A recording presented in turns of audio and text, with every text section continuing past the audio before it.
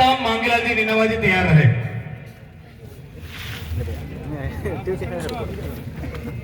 सबसे पहले आप सबको जय जोहार। अरे थक तो नहीं गए अभी से, थोड़ी आवाज तो आए। आप सबको जय जोहार। सर्वप्रथम मंचा सिंह तमाम हमारे पुरखों को नमन जोहार। प्रतापगढ़ की इस पवित्र भूमि को नमन। साथ ही अनुसूचित क्षेत्र आरक्षण मोर्चा के बैनर तले आज जो हमारी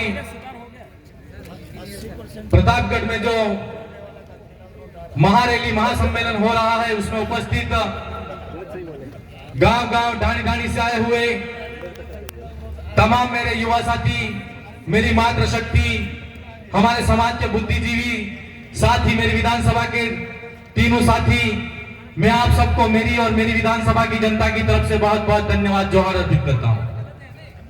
साथियों, कुछ समय पहले बांसवाड़ा जिले के अंदर अनुसूचित क्षेत्र आरक्षण मोर्चा की जो हमारी पहली रैली थी और आज प्रतापगढ़ के अंदर हमारी दूसरी है। काफी वक्तागण आए, तमाम वक्तागणों ने हम उनकी बात को आपके सामने रखा। मैं इस मौके पर कुछ बातें हैं, आज हम आरक्षण के मुद्दे को लेकर यहां इकट्ठा हुए हैं। मैं आरक्षण की बात को ही आपके सामने रखना चाहूंगा। इस देश के अंदर जब पहली बार हम अगर पढ़ते हैं और देखते हैं, इतिहास की पृष्ठभूमि में जाते हैं, तो आरक्षण की मांग कब शुरू हुई थी इसके बारे में हमको जानना होगा।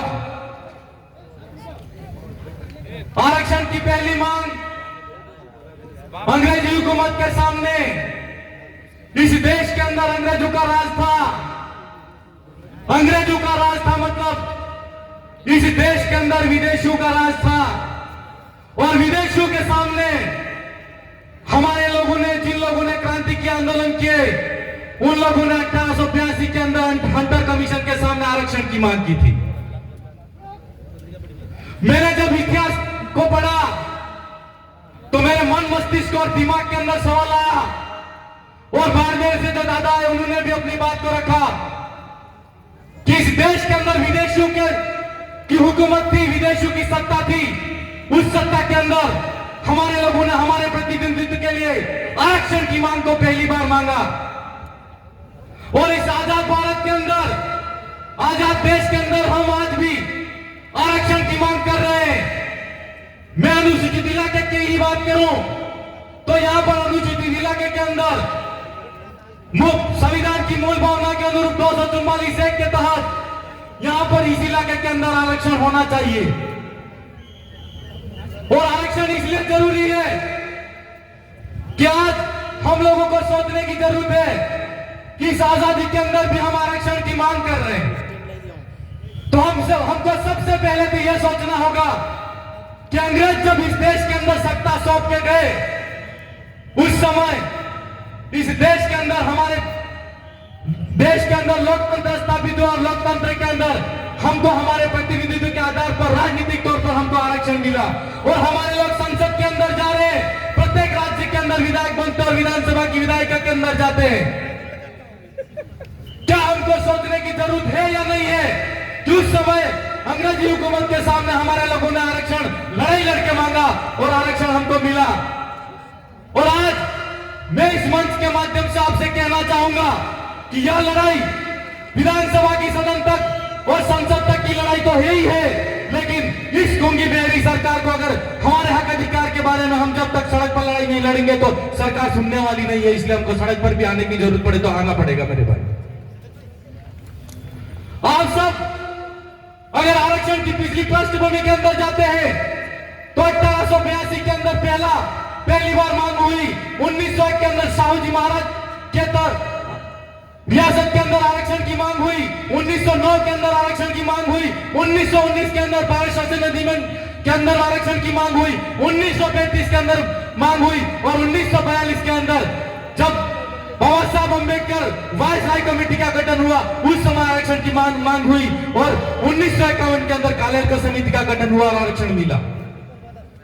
लेकिन कितना मिला? दादा बता रहे थे कि इस देश के अंदर 97% जो यहाँ के मूल निवासी हैं वो आरक्षण की मांग 3% लोग उसे कर रहे हैं। मैं ज्यादा बड़ी बात नहीं करूंगा, लेकिन इस मौके पर आपसे कहना चाहूंगा कि इस क्षेत्र के अंदर और इस इलाके को और इस राज्य की बात करें तो हम इस इलाके के अंदर संविधान की मूल भावना के अनुरूप आरक्षण की मांग कर रहे हैं। मैं सरकार को कहना चाहूंगा कि यह हमारी दूसरी रैली है और हमारी तीसरी रैली हमारी जो कमेटी बैठेगी वो प्रस्तावित करेंगे और तीसरी रैली होगी और चौथी रैली होगी और जरूरत पड़ेगी तो हम बद्रीनाथ सरकार जयपुर तक भी जाना पड़ेगा। तो जयपुर जो हमारा सचिवालय है, मुख्यालय है, विधानसभा है, उसको भी घेरना पड़ेगा तो घेरेंगे। घेरेंगे कि नहीं घेरेंगे? हाथ खड़े करके बताओ। धन्यवाद। और हम लोगों को सोचने की जरूरत है, मात्र इस आरक्षण की बात नहीं है। आरक्षण के अंदर हम जाते हैं तो सरकारी सेवाओं के अंदर हमको प्रतिनिधित्व मिलेगा, लेकिन आप सब तमाम युवा साथियों से मैं कहना चाहूंगा, मेरे बड़े बुजुर्गों की जीवन तो निकल गया है, लेकिन मैं युवा साथियों से कहना चाहूंगा क्या सरकारी सेवा के अंदर हमारा कितना प्रतिनिधित्व है, हम व्यापार के अंदर हमारा कितना प्रतिनिधित्व है, चिकित्सा के अंदर हमारा कितना प्रतिनिधित्व है, भारत सरकार की जितनी नौकरियां हैं उसके अंदर हमारा कितना प्रतिनिधित्व है। और हमको ये सोचना पड़ेगा, नेवी, इंडियन फोर्स और साथ जितने ब्यूरोक्रेसी है इस देश के अंदर, उसके अंदर हमारा कितना प्रतिनिधित्व है और कितना आरक्षण है उसके बारे में जानकारी रखनी होगी। और हमको जितनी सरकारी जो परीक्षाएं आ रही है उनके अंदर आने वाले समय के अंदर तैयारी करनी होगी। मेरे भाइयों, यह लड़ाई विधानसभा के अंदर लड़ने वाला विधायक होगा, वो जनता की लड़ाई लड़ेगा। लेकिन मैं इस मौके पर कहना चाहूंगा कि यह प्रत्येक युवा की जिम्मेदारी है कि हमको किस क्षेत्र के अंदर हमको हमारा अधिकार है उसको स्थापित करना है। और आने वाले समय के अंदर हम अगर हमारा अस्तित्व स्थापित नहीं करेंगे तो हम जो कह रहे अभी दादा कह रहे थे कि थोड़ा किसको करते करते कुछ भी नहीं बचने वाला है। इसलिए मैं इस मौके पर कहना चाहूंगा कि प्रत्येक स्तर के अंदर जिस युवा साथी के अंदर जो प्रतिभा है उस प्रतिभा के अनुरूप, अपनी रुचि के अनुरूप अपना अस्तित्व स्थापित करके इस क्षेत्र का जो हमारा बचा कुछ अधिकार है उसको प्राप्त करने में सहयोग करें। आप सबने मुझे यहाँ सुना उसके लिए मैं बहुत बहुत धन्यवाद जोहर करते हुए मेरी बात में विराम देता हूँ। आप सबको धन्यवाद। धन्यवाद। अब आगे वक्ता